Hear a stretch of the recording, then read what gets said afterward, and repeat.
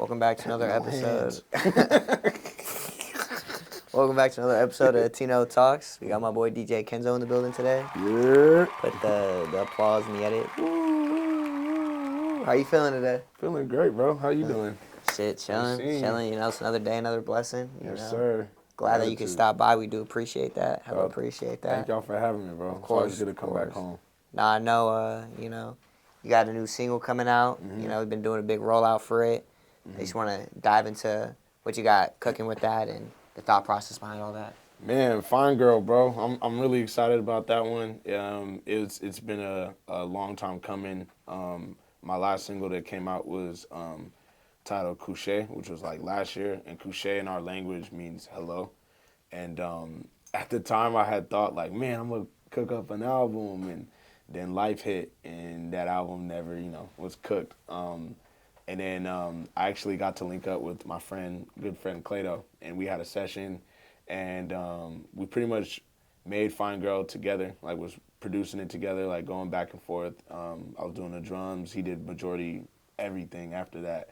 And I'm sitting there, and I'm just like, damn, I don't know who can like really get on this track, just because it's like more of like an Afro beats track, and like everyone that I can think of like as an Afrobeat artist doesn't live in California, like Timmy Dre, who's like one of my favorite artists right now, Adunsi, who is like one of my favorite artists as well, but he's all the way in Nigeria.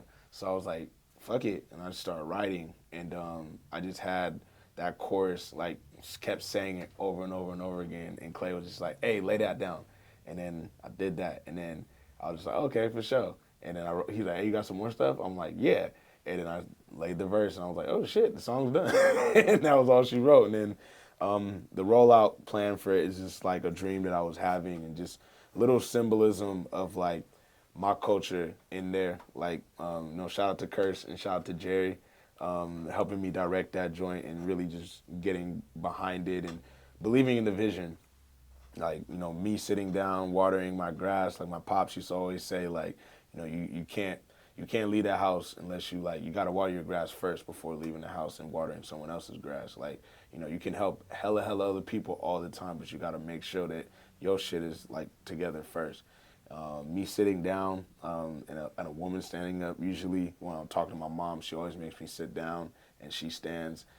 Just super African respectful type of life. But yeah, I really wanted people to like get a taste or a story in the rollout, and it's been really fun. It's been funny too, like the actors and stuff like that. Surf Baby, my cousin. So it's been really dope to see everything like coming to life for sure. Nah, that's hella cool, especially from a DJ perspective, where you're really putting yourself and your artistry in it as a DJ. It's not really something you really get to see a lot, where it's really curated for that vibe. You know what I'm saying? Touch on why it's so important to integrate your culture and bring that to the forefront and make sure people see that and recognize you and associate those two things together. I feel like when you bring like your culture into your art, it like one thing that I always notice of like the artists that I'm a fan of them because I relate to them in some type of way, or like they've shown me something. I've got to know them, even though I don't know them. I've got to know them. Like you learn through them. Learn exactly. Yeah. So this is like I think that's why it's so important for me to like bring my culture to the forefront, is because I want them to know that's me and that's who I am. Like a lot of people know I am from Stockton, but like where did it start? It started in Sierra Leone, then it came here. So I think that's really cool that like I'm able to do that, but it's also cool that I'm seeing a lot of people relate to either being West African or just like, man, like I really love African culture. So, that's why it was very important to me. And just, DJs are artists. So it's like, I think down the line, I think it got lost. Partially our fault, mainly our fault.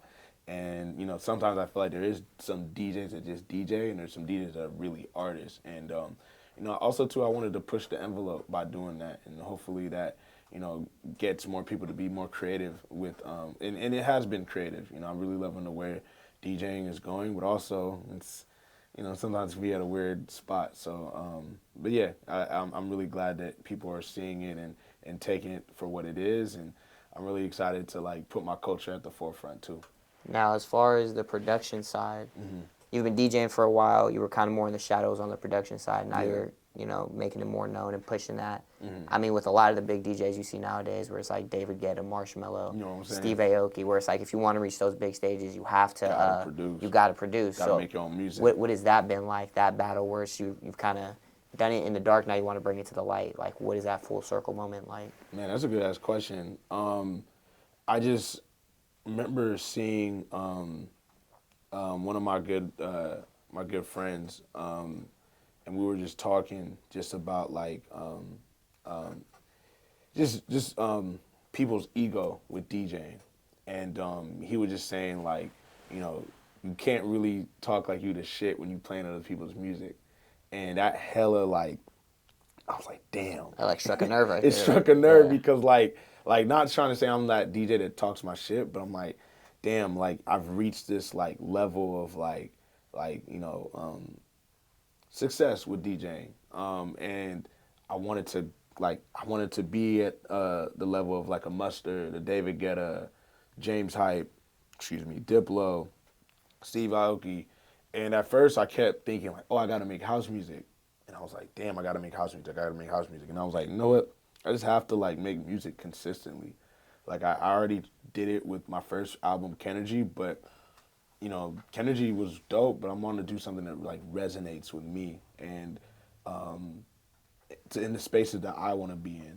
So yeah, I just kind of started growing outside of like clubs. I started growing outside of like just like, man, it's an accomplishment to DJ this club, it's an accomplishment to DJ that club, but like, what does that do for you other than just stroke your ego? Like, you know, like, yeah, you get paid, but like, I really want to get to the level of like, Build some longevity, you build know a what I'm saying? career. Exactly. Yeah. Build a career, build something bigger than me where I can also impact people in such a way. Not just, you know, money and in that way, but like be on world stages where like my voice matters and, you know, the things that I say matter. And obviously, I don't want to take that for granted. You know, I always, you know, pray and let God work through me and stuff like that. But I really feel like in order to take that to the next level, you have to make your own music. So Now, how does being a DJ impact the way you create the music, and what kind of perspective does it give you? Because I mean, as the DJ, you're basically low key mixing. I mean, you are mixing obviously. Like yeah, you got the highs, the lows, the mids.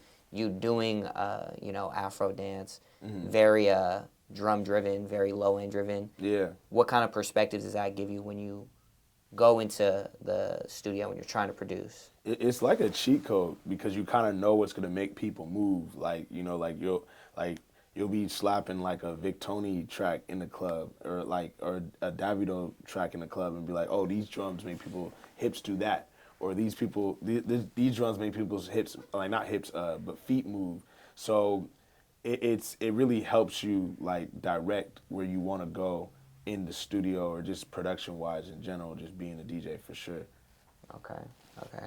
Now, as far as DJs, I know you said David Guetta, Mustard. Like, who else really inspired you in those early years to want to get to this point? Like, who were those early inspirations to you that were pivotal?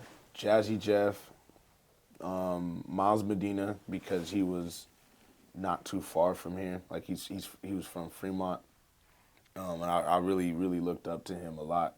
Late teenage years, going into my 20s, and now he's one of my closest friends, which is really dope. But yeah, Jazzy Jeff was like number one for a long time because like obviously uncles, aunties, you know, they love Jazzy, and Miles was really one of my favorites. DJ Mustard was amazing. It was really dope to see like what he's created. That was a big inspiration for me. And then Diplo, for sure, Black Coffee. So my inspirations change a lot. So it's not just strictly one genre where it's like... Yeah, it's kind of like spread out because I listen to so much different music. Like, you know, Black Coffee is like, you know, literally like the Afro House king. He's like amazing. Like, you know, like, and he's done it with just one arm. Like his arm is paralyzed. So it's really cool to see what he's done. And James Hype is another inspiration I have because he's so educational. Like he always is willing to give lessons and just like, you know, just understanding of what the industry is and also motivation too. He kind of reminds me of like the white La Russell, if that makes sense, or like the DJ version of La Russell Yeah, for sure. just always giving out game, always giving you Always. like, you know, some something you could soak from it and You take know from what it I'm in saying? real life. And, Yeah. and he's gonna speak his mind whether people like it or not, and that's what I really love about James for sure. Okay. Now take me into early you, young Kenzo, when you first fell in love with music, and when did you know like, okay, I might want to pursue DJing? Like, what has that journey been like from the beginning till now? Yeah, that's a great question, bro. Man, I think it's so many moments, but like I think the pinpoint moment was like my mom and dad had this Nissan Quest. It was like a minivan and shit, and we used to pack that thing out with like all my cousins and stuff. And obviously, it was the CD players would be playing, and we would like get burned CDs from like whoever. But my cousin DJ Tennessee, he's a DJ, he used to make the CDs for my mom and dad, and they would play like it would just be African music playing, and sometimes like me and my dad or my dad and my sister and me, we would kind of like, oh, we're gonna listen to African music for this 30 minutes, and then we'll listen to American music for this 30 minutes. So it was really cool just like listening to music in that way. My first early like artist I was listening to was like Bunny Mac, who's like the king of Sierra Leone when it comes to music. Like he was the first, I think one of the first Afrobeat artists like ever. And then Fela Kuti is the creator of Afrobeat. Yeah, those guys early, Awilo, all those early African artists were heavy influences for me. And they're playing in the car consistently. And then like, Prince, Michael Jackson, all those guys came a little later, and then Dr. Dre and Tupac, I discovered those on my own. But yeah, African parties too. I think when I would go to those so consistently and see my uncles who were DJs, seeing them DJ and just like obviously no offense to them, but they're not as good as me. But like just, Were they teaching you a lot of like stuff in the beginning? Like, were you seeking them out when you were yeah, first becoming a DJ? yeah, I was like I would watch what they were doing, and I would always stand right next to the speaker, and I would dance all the time too. And like, what age is this at?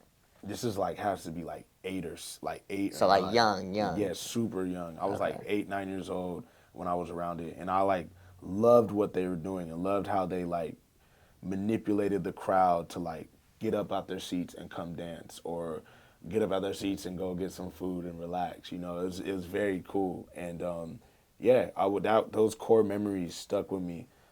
Because when I was a teenager, I really wanted to do it. Like I wanted to DJ, but I was getting bullied like crazy when I was a kid in high school, middle school and high school. And I'm like, bruh, I'm not gonna try to DJ right now because like they're already clowning me for damn near breathing. So like I'm not doing that right now. And then when I went to college is when I really started to pursue like the dream that I've always wanted to. And as soon as I started doing it, I was like, oh yeah, this is what I was meant to do. Okay, so take us into the high school years then when, you're not as comfortable to do it, and that battle between yourself where it's like, I kind of want to try it, and then the adversity of hearing, what other people have to say. Like, how did you overcome that? Like, was it the new setting of going to college and just like, fuck it? Or like, what was that battle like? I think it was a new setting of going to college because like nobody really knew me out there. And like in Stockton, everyone knew me for one specific thing, and I was like positivity, and like I was a mascot in high school and shit. But yeah, when I was in high school, like I would make beats and stuff like that, but like I don't know, I would write songs too, and I would show like my close homies, but I wouldn't show like everybody, because like I was just hella terrified of just like people's judgment and people accepting me. And I think once I got over that and stopped worrying about acceptance from other people, that's when I feel like I was able to really flourish into what I am now. Okay, so then boom, you go to college. What did you go to college for? I went to college for multimedia communications and technology. Okay, what does that mean? Long ass fucking Yeah. So pretty much, I went to school. I was trying to go to school to be a sports broadcaster. Gotcha, okay. But in order to become a sports broadcaster at our school, you had to study multimedia communications, and then they just added technology because we had a new requirement that we had to learn how to code. So that was like. It was fucking What does that got to do weird, with bro. dunking? Exactly. What does that have to do with it? Like multimedia is basically like what Kirsch does, what we're doing right here. Yeah. Like it's multimedia, like multiple media sources. Like they Gotcha. teach you how to produce a show. They teach you how to edit videos. The coding aspect, I guess, has to do with like, you know, yeah, I don't know what the coding aspect had to do with anything, but they made us motherfucking smart because we knew how to code. 101001. Oh God, for real. So like, I was like a techie slash communication major. So yeah, that school really was like all my friends got like really good ass jobs when they graduated. Like I had homies that worked for the NFL. I had homies that ended up working at Indeed. Like it was just crazy. Like, and then here I am like, oh, I'm gonna have to go be a fucking DJ. Like, but successful in your own right. Exactly. And it actually helped because now when I link with Jerry and Curse, I actually know what I want and I know what I'm doing. Like I know what it takes to like, oh, this color grade doesn't look that great, or maybe we need to do this, or maybe we do that. Because I used to edit videos, I used to shoot videos too. So I gave you a fundamental understanding exactly. of how to like, okay, I'm gonna do this rollout in this way. Come on, yeah, and how to and one thing about multimedia communications, it teaches you how to communicate the media to like the masses. Like it shows you how to like really promote yourself in the best way because honestly they also teach you marketing like in those classes. So my first when I transferred, we had this class called Marketing 101. I really did not like that class at all, but I was really good at it. Like it was fantastic at the class. It just having to write like 500 word essays about marketing was like I'm like, bro, what the fuck are we doing? Like this is stupid. But they actually ended up paying off because the reason why our teacher wanted us to write 500 word essays on marketing because she wanted us to write 500 words on how to not repeat ourselves like in 500 words. She wanted us to teach us how to articulate a story with 500 words, but articulate it without repeating Different yourself. phrasing, different all that. And you know, at the time I thought it was stupid, but now I look back at it and it's like really storytelling and stuff like that. So, man, shout out to the Academy of Arts, bro. It's like, that's awesome. It's a really dope college. So then, boom. All right, you're going to, that's your major. How does the DJing aspect get brought in? Are you DJing at like the parties or like where does that start to wiggle in? So my roommate at the time, his name was Kohai, and he was DJing, and he was DJing. I'm like, damn. Is he also African? Nah, he's Japanese. I was about to say that. Like, that is a crazy ethnic name, bro. That would have been tight. Yeah. That would have been tight. So he's actually how I got the name Kenzo because he's Japanese. So he didn't really struggle saying my name. He just did. Like, 'cause I always told people like, oh, he struggles saying my name. But now looking back at it, I don't think he struggled saying it. He just had he had a deep accent saying it. And I'm like, and I had to correct him every time. But that's just how they say it out there. So my real name actually. So he was just like, I'm gonna just call you Kenzo. Do you mind? And I was just like, nah. Actually, it's kind of a good ass name. It's a good ass name. And that's how the name kept. And then when I first started DJing, I was just like, I'm gonna just call myself DJ Kenzo because everyone's calling me Kenzo now, like in college. And at first, I started like putting out my like DJ mixes and stuff like that, and then I started DJing a bunch of parties. But I really just started DJing in my bedroom first, like in the dorm room and stuff like that. And I was just putting out mixes consistently. And that was like on SoundCloud, on YouTube? It was on SoundCloud, Mixcloud, and I would do that all the time. And I put a couple like of my mixes on Twitter. Like just for the love of the game, not even trying to seek a reward. Not even trying to seek nothing. I just really wanted to get good at it first. And I would send it to my homies. It was crazy though. Like one of my homies, I recently mentioned it to her, and she, shout out to her. Like, no, it was hella funny. But I was just like, hey, I remember sending her a mix that I made, and I remember her laughing at me because, like, honestly, it was like on some like your homie always sends you that link, and it's just like this nigga, and it's like, and in her head, she probably was just like, bro, you think this shit gonna get us out the hood? It's not. This shit's ass, because it was ass. But I sent it to her, and she laughed, and she thought it was like hilarious. And then, years went by, and I remember seeing her again. I'm like, hey, remember when you laughed at me for sending you that mix? And then she was just like, yeah, but I mean, shit, look at you now. I'm like, damn, that wasn't the answer I was expecting. Like, that's dope. But I mean, sometimes though, you need someone on your side to keep it real. Like, if it's not that good and they keep it in a buck with you, okay, let me sharpen my skills. God, but bro, she patted you on the back when exactly. It's not on no hating shit. It's not on no hating shit at all. And it's like, I realized, like, man, I had like a good amount of homies from college, like tell me, like, man, like where you are is such a surprise to us.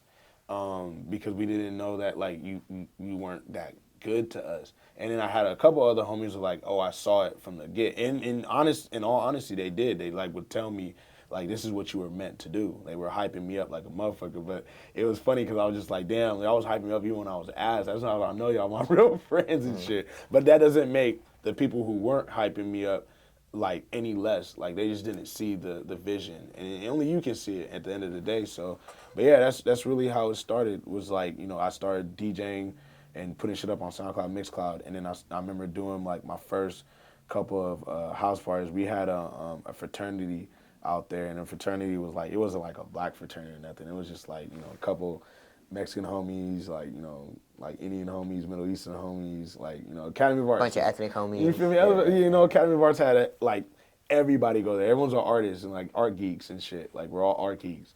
But it was dope because like I got to like DJ my first like party there. Actually, nah. My first party wasn't there. I lie. My first party was in Stockton. Like it was in a garage. I'll never forget my homie KJ. Party hats that got shot up. It was in Stockton. Bro, it actually like so hold on. The first one I didn't because my homie KJ threw it. Okay. And this was when I was single, so there was like gorgeous women everywhere. KJ's a girl, and she's like, you know, she's really just that girl. And it was just like a girl's birthday party, so it was just girls everywhere. So it was like I was good, like no girls go shoot no girls, like, you know. And then my next time that's what you think until they call their boyfriend. That's what you think, and then you're in a sticky situation. Like where'd this dude come from? Oh God! But like thank God that didn't happen, so we was good. And then the second time I DJ'd an actual like a party that I got booked from a stranger was in Restaurant Ranch. And them dudes was waving. I played, well, actually, it was multiple of us. It was multiple DJs. And when I got done, one of the homies that was DJing after me, I forgot bro's name, but he played Come Through by Drake. So this had to be like, I don't know, it had to be like 2016 maybe. Come Through had been out for some time, but like still, like, you know, we were still rocking that. And homies was waving their guns to Come Through. Hell no. And I was just like, yep. It's time to get the fuck up out of here. Like, out of here. So I got my little controller and I got up out of there. But yeah, those were my first introductions to like, you know, that. And then another homegirl, Jerry knows who this is. Shawty from out south. What's her name? Damn, I forgot. She had a nice ass house out there too. But she had me DJ that shit, and that was really cool too. And that was like my first introductions to DJing was like Stockton. So like, yeah, probably. What was like the most like life-threatening situation you've been in like a Stockton gig? One of the homies, he wasn't a homie actually. Just one of the, I guess, he came in there, he buzzed open, and he was like, "Stop the music." And as a DJ, like just especially when I first started, like, you know, and also too being from Stockton, you know, like a nigga come through who's like bigger than me, I'm gonna stop playing the music. Yeah. So I stopped playing the music, and he was like, "Hey, someone got my little sister's phone. If y'all don't get my little sister's phone, I'm shooting this bitch up." I was like, "Oh!" Hey, grab the mic. Who got the phone? Who got the phone? I was like, "Bruh," and we were like, bro, I was like really panicking because like the owner of the house was like, "Nigga, why you stop the music?" Blah blah blah blah. I'm like, bro, like. You see what bro looked like? Like, you better play left tackle. Bro was huge. He was like a Cambodian homie too. So like, oh yeah, they don't play. They do not play, bro. He was talking like me. So I'm like, oh yeah, it's good. With the shits. It's super good. With the shits it's right good. Now. Like I'm not doing this, bro. He better turn this into Olympia real quick. God, bro. Like, I was like, damn, this shit finna go crazy. And then lo and behold, they did not find us as a phone. And he was like, you know what? Shit, I ain't even got my shit on me. I'm finna go back to the whip. Nigga went back to the whip. Bro, what the fuck? This nigga's actually shooting this shit. This shit, bullets flying everywhere. Thank God I have my little controller. I ain't had no big controller, so I'm out that bitch. But that was the scariest thing I had to do was like, I'm in the middle of the street, running out south, just running. My car's parked near the house, but I'm just running away from whatever bullets are flying.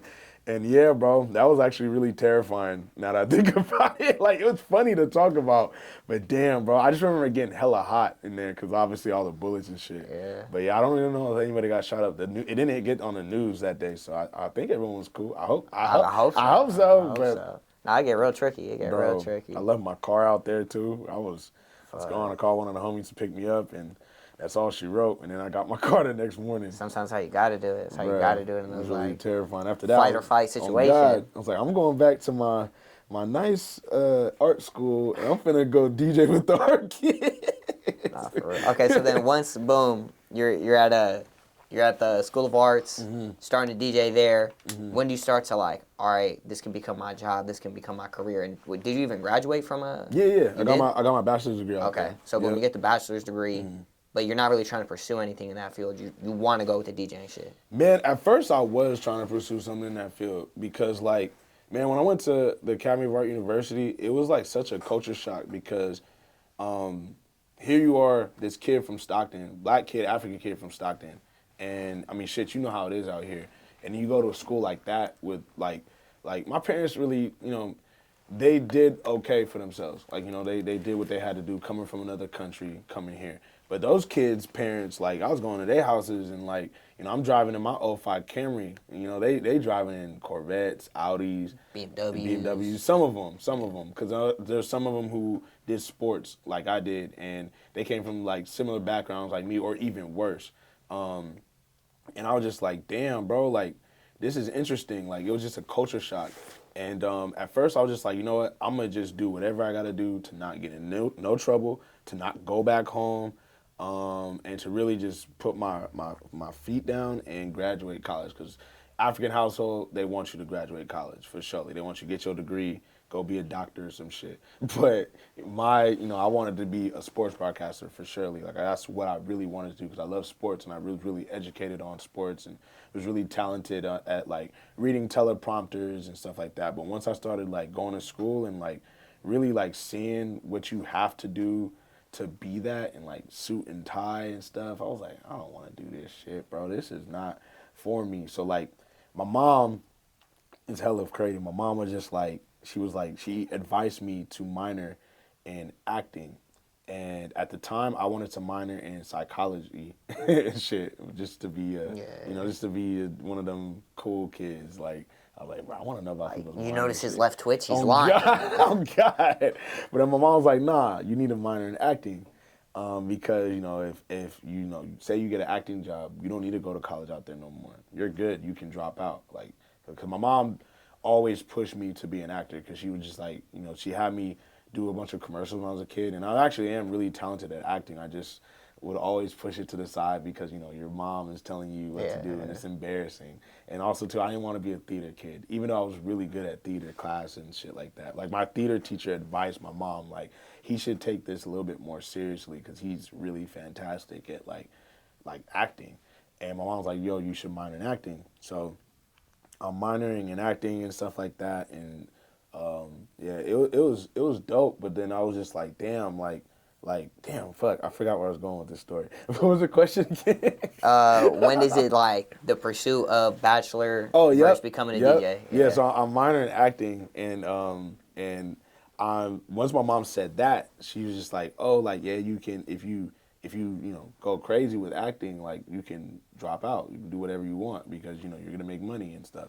I'm like, well, I wonder if that relates to DJing too. So I was just like, all right, so I'm not gonna tell her what my plan is, but I'm really just gonna like really pursue this DJ shit on the side, but just do what they want and get my degree still. But when I graduate college, I'm a grown man after that, so it's like I'm gonna just do what I want after that. So once I graduated, I was just like, damn, like I can really pursue what I want to, like, like.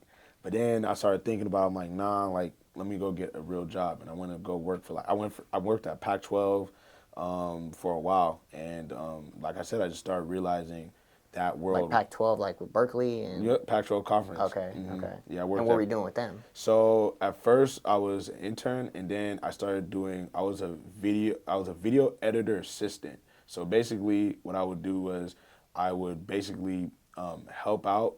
So like when like they have highlights and shit, and they try to get those highlights up by halftime, Yeah. I would do that. Like, I would help with that. So like I would tell the video editor, like, hey, we should get this clip, we should get that clip, and this and third, and we send it to our boss, and our boss would send it back, approval, and then we would put it on the Pac-12 network right before halftime. Gotcha. And yeah, that was my first big corporate job. And at first I was just holding like the fucking the monitor to pick up the sound what the referees were saying, and then I started getting up there, and then I was just realizing like, damn, I don't want to do all this to like become Stephen A. Like so I was like, I'm gonna just quit and just fully pursue DJing. My teacher actually, Matty Stout, was my podcast teacher, and bro, it was crazy. Like he predicted what podcasting would be like way before podcasting took off, like in 2014, 2015. Way before we're even here right now. Yeah, oh God. So he was just telling my parents, like he met my parents, like, yo, your son's a fantastic human being, which is the most important thing, but I don't think he should pursue anything in like in this field. He should do what he wants to do, which is be a DJ. He's really good. And my parents were like not trying to hear none of that. So they're just like, no, Maddie, we want him to get a job. Like, so well, I can get him a job at Alice Radio.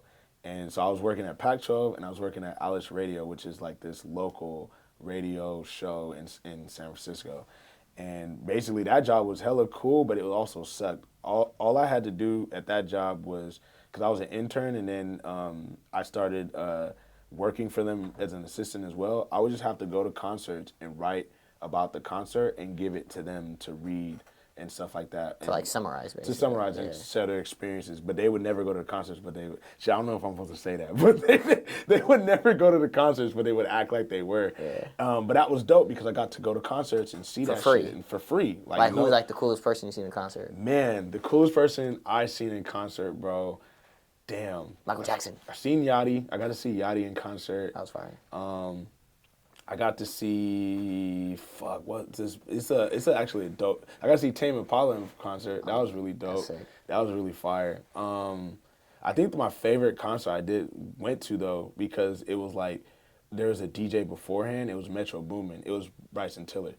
The Bryson Tiller concert was awesome. Like it was hella dope. And you get like full access, or like, since you're like, yeah, you get full access. Your media basically. Yeah, so I would meet people and talk to them. I got to talk to Bryson, and I remember just chopping it up with him and just talking to him about like my experience and what I was going through. We actually had a really good conversation, and he was just like, "Dude, it sounds like you should be a DJ. Like it doesn't sound like you should be doing." You didn't mention anything about DJing to him. I did. I told him that like I also DJ on the side, and he's like, "Oh, for real?" And I just started spilling out all this like DJ information, and he was just like, damn, you know more about the DJ that's about to go on, which was Metro Boomin at the time, which is like, I think he was joking, but it was just cool to hear. And it was just like, man, I just kept hearing my teacher, and just like, bro, let me fully pursue this full time. Like, this is what I should be doing. So I remember telling my parents, and my dad was just like, hey, let's have a meeting. And we had a meeting. It was me, my mom, and my dad, and he was just like, this is really what you want to do.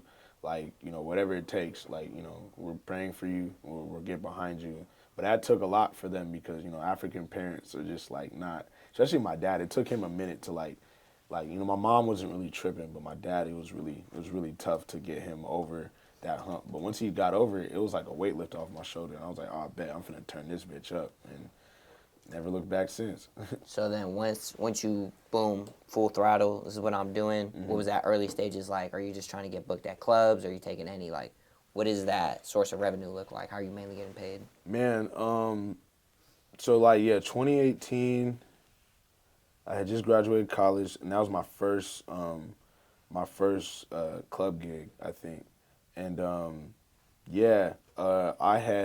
hadn't quit I had quit all the other jobs, and I was just like trying to do the full time. I did the full time for like a month or two, and then I was like, yeah, I can't do this shit. This shit hella hard. I was living in San Francisco too, which is like I was still staying out there, and I was like, expensive as hell. Hell expensive. So I went and got a catering job, and I was catering, and I was DJing, and then I also was doing Uber on the side. So I had 3 jobs just to make ends meet, and then I had that meeting with my parents, and once I had a meeting with my parents, I was just like, all right, for sure, this is cool. I got their support and all that, but like obviously like not financially, but like spiritually. Yeah. And man, when you got your parents' support like through that, you feel like you can do anything. So I quit my catering job, and I was like, I'm finna pursue this full time, but I was still working Uber, and I was doing both. And then I remember like she's my wife now, but my girlfriend, she was my girlfriend at this time. Well, not even my girlfriend yet. We were just talking, and I remember talking to her about like, man, I really want to like do this full time. What do you think I should do? And she was like, you should follow your heart, and whatever happens after that, will happen. But I don't see why you would fail, like because you've already have this mindset and this like just go mentality that. I don't think anything's gonna like, no weapon should be. There's no obstacle. No obstacle for sure. So once I did full time, just kind of never looked back since then. The rent has always been paid. And all right, talk about that support system with your now wife and your dad and your mom and having that behind you. Obviously, that plays like a big factor because in order to get to those stages, you got to have a strong support system. For real. How has that been in your life? It's a blessing, bro. It's really. I mean, when you have a support system like that, that's where the confidence really comes from. Like, not saying I didn't have it at first, but like, I just don't think like my parents saw the vision at first. So like, they were supporting me, but like also like, but just in case. Just in case, you know what I'm saying? But then once they fully got on board, I like, that's when it was like really like, oh damn, like, like there's nothing I can do wrong, like, but once you just having that support system, man, it's an amazing feeling because you feel like you owe them. Now you're not just working for yourself, you're working for them too. So that's really the dope thing about having a support system like that. Okay, and if you had to give any advice to any DJs coming up, because I feel like the barrier of entry has really become like lower. Like, bro, we were talking about that earlier. Yeah, it's like I feel like a lot of people are becoming DJs. Some because they love it, some because it's trendy. Like, if you had any advice to give to someone who wants to pursue it and who has a passion for it, what advice would you give them as far as how do you make this a career and where do you start? Man, first, fall deeply in love with it. Like, like really fall in love with it. Just don't do it because it's cool. Don't do it because, like, it's you love music. Fall in love with the art of DJing, too. Just don't fall in love with music. Fall in love with the art of DJing. Learn, like, go back to when it first started to where it's at now. I'm not trying to tell you to be a turntablist, but I'm just telling you to fall in love with every aspect of it. Like, if God, God forbid, if my DJ powers went away today, and I would still go see other DJs DJ because I really love it. Like, I love turntablists, I love house DJs, I love Afrobeat DJs, I love every type of form of DJing there is, as long as it's good. And fall in love with that. Like, fall in love with watching first, and then after that, let your imagination run wild. But yes, fall in love with it first. I don't know if that's like advice or I'm not trying to tell you what to do, but really fall in love with it. And if you don't fall in love with it, like, you'll know not to pursue it no more. It's like a girl, like, you're dating a girl and then you realize, damn, we're not gonna fall in love. Like, what am I doing here? We're not doing this. So it's like the same thing. Yeah, it's like in anything in life, whatever you want to do, if you're not absolutely obsessed with it, just don't even waste your time. Don't even waste your time because it's like you're wasting your time when you could be doing what's your real purpose. You know what I'm saying? So it's like, I feel like that is a good piece of advice or just a good a thumbnail to follow. You know what I'm saying? Now, in the sense where, what was I gonna say? Right? Because that was good. That was good. Yeah. Hold on, let me think. What was it? Fucking DJs, fucking advice. Oh, barrier of entry. Yeah. Where do you feel like DJs are today? Like, in the sense where I feel like it's watered down, too saturated.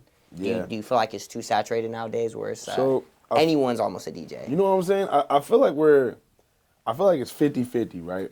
We're at a spot where I'm really happy that these like viral videos are going crazy, that some DJs are touring off of like YouTube vids and all that, and people are actually going to buy tickets to see DJs. Like, I love that. But then I feel like we're at a spot where people are seeing that and be like, wow, like the inspiration is there, but the love isn't there yet. And they're becoming DJs. And I'm not telling you to not become one, but just there's bedroom DJs, there's club DJs, there's festival DJs. Some of you bedroom DJs have been in that bedroom for about like 3 weeks, and y'all think that y'all can go to that club. No, stay in the bedroom for maybe 2-3 years. Like, really get better, or for however long you think you need to be. But like, stay there for a while. Like, really get better, because I think like you said, it's just like a promoter will see someone popping on the gram and book them, and then they'll go and open and be like, damn, they're really bad. But it's just like, bro, you booked them because based off of like appearance. I feel like the platform. Exactly. Because they know when we're going to book this person, their platform's going to attract people to saying? here. It's going to get ticket sales, going to get drink sales. Yeah. But their skill set isn't necessarily where someone else is. Exactly. And it's like, man, that's like a really great point of like, you could, as a promoter or just anyone booking, like, you could go give that opportunity to someone's skill set who's actually been working their ass off and doing what they got to do. Not saying that bedroom DJ hasn't been working their ass off. They just need to get better, and they need to like really, really learn. But also too, I also get it in a sense of like, you never really learn until you're tossed in the fire. Like I was a bedroom DJ for like about 1 to 2 years, and then I was, outside, so like, but at the same time, like, I learned a lot, in the field of just DJing. So I get it, but at the same time, you don't need to stay in the bedroom. You can do house parties, you can do little stuff like that, really, but just high pressure situations is like, damn, like, I just hopefully, like, man, I remember when I started DJing, it was send me your mix before you can DJ here. It wasn't just like, hey, nice to meet you, I'm a DJ. Let me get your number. Oh, yeah, we'll talk. And that's it. Like, you really had to send a whole ass mix before DJing anywhere. So, I don't know. It's an interesting place. Like, it's like in one space, I'm happy with where we're at, and I'm happy that DJs are getting the opportunity, but also in another space, I'm like, damn, like, I really hope that you guys do get better, and I hope your friends are telling you guys to get better too. Because, man, I feel like that's been the downfall for some of these platforms. Like, Boiler Room used to be a platform where, some of the elite DJs would go and be on. And they would find DJs who didn't have the biggest followings, but they were amazing and they were good. And then I think down the line, it got lost in translation where they started, like, finding DJs that didn't have a big following, but and it was just like, oh, well, we're not going to pay attention to DJs with not the big following. We're going to pay attention to DJs with the big following, and they start getting them, and then they're like, man, and you listen to this shit. Their skill set just isn't there. Bad. Sometimes it just sounds like, I don't know if you ever seen like the fucking meme where it's like Meg on the on the horn. Yeah. Like, that's what it be sounding like to me. God, bro, and I'll be like, Jesus Christ, like, you know what I'm saying? Like, it's, man, I think something too, like understanding music theory to some extent, like, mixing in key is very important. Something that I have to learn, down the line and just get better at too, especially with DJing with a band. So, yeah, I just think, we're at an interesting place, but, at the same time, I think sooner than later, the real will prevail, and things will get weaved out and people get tired. I think people tired of it now. That I've done seen so many complain DJ videos like almost every day where people complain about DJs all the time. Even in the club, the club, like a lot of DJs are subpar, and it's Yeah. like, I don't know. I feel like a lot of the DJs too, like there's no originality. I feel like I hear the same mix like I could go to a club in Sac, I'm gonna hear the same mix in San Jose. You know what I'm I'm saying? gonna hear the same mix in LA. And that also comes to the point of just like, it's the genre we're playing in. Like, we're all playing the same music, yes, but like you said, the originality to that is like how could you be different? That's like something that Brian Henry told me early in my career. It was just like, you gotta stick out like a sore thumb. You gotta be different. You're already playing other people's shit, so you have to really learn how to stick out. And it's very important because that's why I was like, you know what, in order for me to stick out, it's for me to really dive deep on production. And yes, get better as a DJ for sure, but like, mold the two and really get better.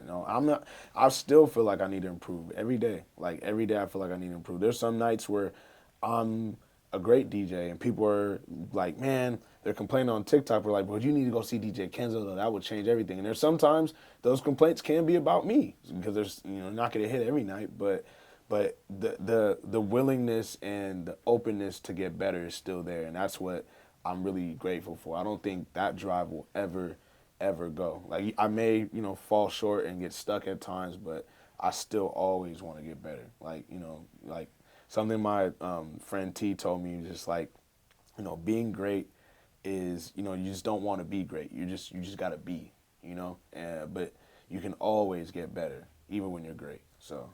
Nah, for sure. Now speak on from being club DJ to now the role where you're in now, where it's like you're hitting bigger stages, you're doing more corporate jobs, you're becoming more, getting more notoriety. Like, what was that pivot like, and was that a conscious decision you made? Yeah. I know you spoke on, like, I don't want to be just a club DJ. Yeah. Like, what was that mindset and that changing like? Man, I just started noticing things, especially like with where I'm at in my life. Like I'm about to be 10 years sober from drinking in August. And Yeah, touch on that too, because I think that's actually super important. Where it's like you think of a DJ, you think of someone who's drunk, who does all drugs, the time. like party guy, like always on the road. Yeah.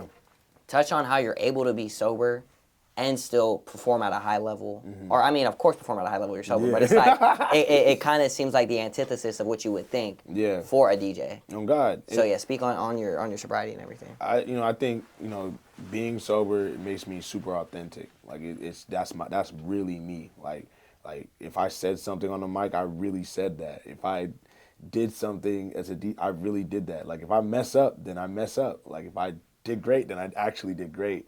Versus like drinking, like if someone mess up, they can use that excuse and be like, well, I was drunk. I'm like, damn, well, how can you get better? You just don't drink, but you don't learn from that, So I just remember when I first started, before I used to drink a lot, like, well, I felt like I did. I felt like I was spiraling into this person who never drunk when he was out here living in Stockton, because, you get drunk out here, you get mixed in with the wrong person, it's up and popping. But San Francisco, I'm like, oh, shit, new city. Like, if I get something popping here, it's good. Like, anybody go, I ain't back home, I'm good. But it became a spiraling thing where it really got really bad. And when I made the decision to be like a DJ, I was like, you know what, if I'm going to do this, I got to do this with like my full heart and just be authentic as possible. I got to put the bottle down, and that's what I did. I just stopped drinking and fully went into what I really loved and cared about. And yeah, I feel like, that definitely helps a lot, like just being sober. It's really cool, like just being able to see things and remember things after, and just hopefully it's inspiring other DJs to do the same. I see a lot of other DJs quitting quitting drinking. Quitting DJing because they're not in love with it. Oh, God. But, like, quitting drinking, and it's been really dope because, man, I feel like I can feel everything and give everything when it's like that, for sure. But yeah, I just feel like, the clubs they were dope, but at some point it was just like, damn, bro, eventually, like, am I going to be the club DJ forever? Like, I don't want to do that. And it's just like, I got my lady, I don't drink. I don't even like bottle service. Like, none of that really appeases me. So what am I here for? Like, people are not dancing as much. People are coming up to you requesting crazy songs. I'm like, bro, at festivals, they don't do that. They respect you as an artist. And I wanted that for myself. And I not even wanted that for myself. I wanted that for the art form. So that's what really made me be like, you know what? I'm going to start throwing my own shows, start trying to get booked at bigger things. And, everything will work itself out. And that's when, things really started to work. Lou Russell had tapped in with me, back in with me after, a couple years. And he gave me a lot of big opportunities, and I was getting booked off of stuff. Like, I opened up for Luna, went out to Detroit for Afro Future Festival off my own name, and yeah, I really wanted to step in that light and do something that was serving me, and not just serving me, but serving my art form too. Do you also feel like the sobriety almost gives you a leg up in these more professional and corporate settings? Because it's like, not saying your image is clean cut. I mean, you have a good image, but it's like, we know he's responsible. We know, like, do you feel like that gives you like like, we want to put him in the Super Bowl. We want this guy to represent us. You feel like that definitely gives you a leg up? I think it does. Like, I do be saying some crazy shit every now and then, but at least, like, I also know where people stand if they don't want to book me, because it's like, okay, like, they don't want to book me because maybe they just really don't like me or like what I represent, and that's okay. But when you're drinking and all that stuff, it's just like, that's what they blame it on. I'm like, damn, I don't ever want to use that as an excuse to anything. Like, so yeah, I think being sober really does help me get booked and, be professional with other people, and be able to work with multiple people too, because I'm like, present and there in real time. Now, speak on the Super Bowl too. I mean, congratulations. That is a big, Thank you. you know, it's a big accomplishment there. What was that like? That whole experience? I mean, you know, you're in charge of doing the whole music for the Yeah. Super Bowl. You're meeting big stars. I mean, all types of famous people. Was it almost like a surreal moment? Did you have like a oh shit, can't believe this person's right here next to me? Where Yeah. it's like, did you have any of those moments? It was a dope moment because we got to do it with like our friends, and we were the house band. And shout out to Lil Russell for even pushing for us and pushing for himself too. It's man, having a house band and having a DJ there is, when they think of house band, you just think of a band. You don't think of it. So like the fact that the band, I'm a part of the band in that way. I'm truly honored by that. And it was a dope experience. It was fantastic. It was like remarkable. I got to meet Jay-Z, which was very interesting. Like he was walking next to me, I'm walking next to him. He gives me a head nod, we dap up. I'm like, I didn't know what to say. I just kept walking. I'm like, man, that was fucking Jay-Z. It's crazy. So, That's crazy. man, it was a unique experience. I'm truly grateful for it. And, man, I can't stop talking about it. It's just a lovely experience. And it's like even just being there with like all like my friends really meant the world to me. I mean, So, I don't think that's an experience you'll ever stop talking about. It's a one-to-one Yeah. experience. Oh, It's God. like, you know, in your backyard, you know, you get to be the DJ, and you know, for this moment of time, Yeah. like that's really a one-to-one experience. real. Not anyone else can say that they DJ'd Super Bowl 60 outside of Yeah. Kenzo. Oh God. So- Especially from like here. Like I think that's we have a lot of successful homies from the city, from the nine, like Brandon Cooks, Nate Diaz, like Tremaine Johnson, Lavelle Hawkins. The list goes on and on. But like if you notice, that list is like a lot of sports. We got Brandon Leak. Jonah Coleman, We got some like Raleigh Brown. we got some sit on the artist side too, but it's just like, damn, like to be there as a DJ, like I don't really see any DJ from here doing it to that extent. So, and not, that's not a knock, but I just kind of hope that it inspires, and I know I'm not gonna be the last. Just knowing our mindset and our willpower, man. When you from here, you got that grit, you got that, Got that dog in you. you got that never say never in your like mentality. Like you continuously, like will go get it by any means. And I'm so honored that I was raised here. Like my parents could have came to this country and raised me anywhere, but they raised me here. So super grateful for that, and just grateful for that dog in me, and just I think that's what really got us to the Super Bowl, just having that. Now, I will say too, with your platform and everywhere you've been going, you always do remember to bring it back home and do something for the community. Yeah. Speak on why that's so important to you, why it's always important to come back to your roots and, show everyone like, hey, like I can do it, you can do it. Yeah. And just touch back with the home team. Because the city raised me, like it's important to like show people where you came from and to give them a different perspective on it, because I mean everybody knows how they view this city in that way. They view it in not the best way, and if I can change that, or just like multiple other people can change that, then maybe they'll start looking at our city in a different way. Similar to like a Compton or like a Virginia, or even an Oakland.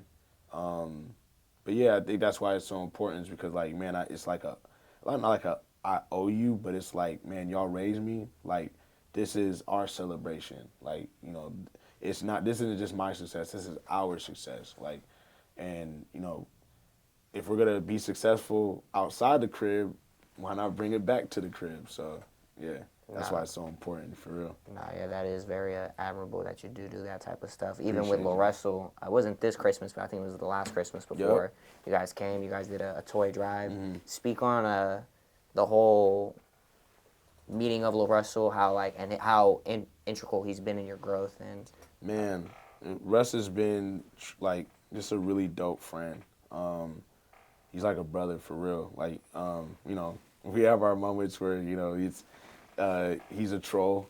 he go clown me, and there's moments where I'm just like, I love you, bro. Like, you feel me? So we have a unique relationship, but I wouldn't trade it for anything, bro. I truly cherish the laughs that we have, and just an amazing person that he is. We met in 2018, 19. when his name was Toda at the time, and our homie Miles had thrown a show in Oakland, and he booked me and a bunch of other amazing artists that are in great, crazy places too right now. And yeah, we performed, but when he performed, I was like, who the fuck is this? Like, he's fire. And I remember on my Snapchat, I'm like, I'm a fan. Like, and I remember him too. He saw me DJing and he was just like, bro, like, you're dope. And we exchanged numbers and always kept in touch. And we continued to like continue our relationship. And I remember when he was blowing up in like 2023, he contacted me just like, bro, I'm proud of you. Like, I'm hella proud of you. I'm like, bro, I'm proud of you, bro. Look at all you've done. But just the fact that he was always watching and always continuously helping push what I got. To this day, he still helps push me. He still wants to push me. You know, so, man, our relationship is truly dope. And I cherish it. And I'm honored to have a friend like that. But also to work for someone like that and work with someone like that. It's been dope just meeting them as a group and a collective too, like Tieta, Splash, Malachi, Simon, Clay, like all of them, bro. They're all my friends, and I really care about all of them deeply. And it's, man, we're all growing, and it feels like my career has got new life, you know. So I'm grateful for it. Everything else will always come back around into what it is, and you know, I'm grateful that it did. And you know, everything that's for me is for me. Everything that's not for me won't be for me. That's okay. Like, you know, sometimes we want these things. Like, I used to want to DJ in Vegas, and right now, like I don't think that's a thing. And who knows, God may present that in time, but I don't want it as bad. You know, like I used to want so many things. Now I just want whatever God wants for me. Like, you know, whatever's for me will be for me, you know. No, that's powerful. That's powerful. Now, before we get up out of here, anything you want to say to the camera? Anything? I mean, I know you want to promote the single. Yeah. Fine Gyal, March 13th. Actually, shoot, by the time this interview goes out, it'll already be out. It should be out. It should Come be on. out. So, yeah, go stream that. Run that up. You know, shout out to Curse and Jerry. You know, we're about to get locked in on the music video very soon, and a bunch of other things is coming. You know, I'm working on the album, working on putting out more stuff, and just cooking up, bro. Man, just love life. Continue just being great. Be. It's human being for a reason. Just be in this world. Stop trying to do this or trying to do that. Just be.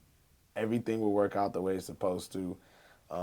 Man, if you are a great person, great things will happen for you. If you're not a great person, you may want to stop being not a great person. Stop being a bitch. Like, it's not good for you.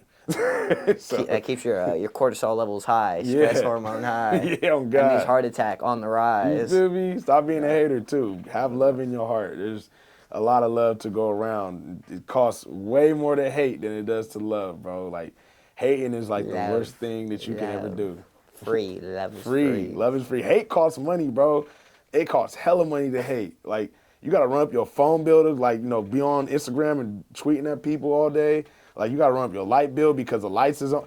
Hating costs money. Stop hating, bro. It's making you broke. A real hustler gonna love. You feel me? A real hustler gonna love. Come on, bro. But on that note, we up out of here. Appreciate you, Kenzo. Appreciate you, dog. All right, dope. catch y'all.